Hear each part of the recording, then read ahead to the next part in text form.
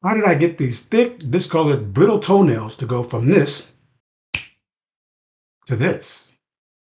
Well, it took more than just a snap of the fingers. Check this out.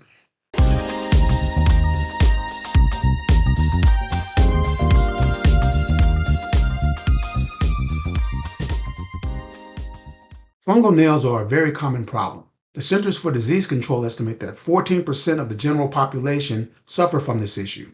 That's 2.4 million Americans. This lady came to me about 10 months ago with this very issue. Her nails were dark, thick, and crumbly, and she's had the issue for several years. She's tried several things over the counter and nothing was working.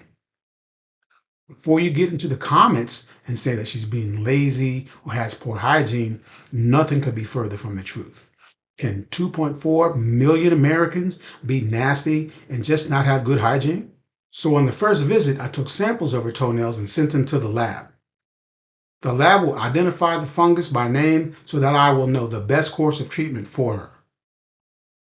Years ago, the lab would take samples that were sent to them and try to grow the organisms in a petri dish. They would identify those organisms by the color and the shape and their consistency in the dish. This process would take about 4 weeks.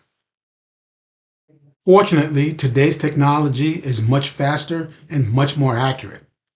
The lab uses microscopic techniques to identify the presence of organisms. Then the lab will isolate the DNA from the organisms and identify them by name. This new process is much faster, taking about 1 to 2 weeks. Here are the results for my patient with 2 organisms being identified. The lab will also give treatment recommendations based on their identification findings. So based on the lab findings and this patient's general good health, I prescribed terbinafine for her. This is an oral antifungal that's taken for 3 months. So before you get started in the comments section, no, terbinafine is not a dangerous medication, and no, it will not fry your liver. I've used this medication for many years with great success, and I've never had to stop this medication for a patient due to any liver issues. I've had a few patients who are allergic to it, but that's it. What factors considered in choosing a medication are the overall conditions of the nails and the number of nails that are involved. For this patient, all 10 nails were involved and they were dark, thick, and crumbly, so I knew that a topical medication would not penetrate deep enough to be effective. Here is the patient 5 months later. That's 2 months after completing the 3-month therapy. You can see on all 10 toenails there is a clear zone from the base of the toenails to about a third of the distance. That's showing that the new nail is coming in clean and uninfected. Here she is at the 10-month mark. All the fungal nail debris is gone and all of the toenails are of normal thickness.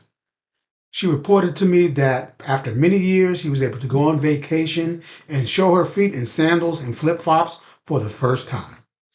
So as you can see, yes, fungal toenails can be cured. Many of you have tried many different things over the counter and from the internet or home remedies that folks have told you about without any success. If this is you, see a doctor who will send samples of your nails to the lab so that the proper treatment along with your health history can be started. Thank you for watching this video. Like it with a big thumbs up and strike that bell so you will know when a new video has been uploaded. Share it with your family and friends who you know have this problem. But most importantly, take care of your feet.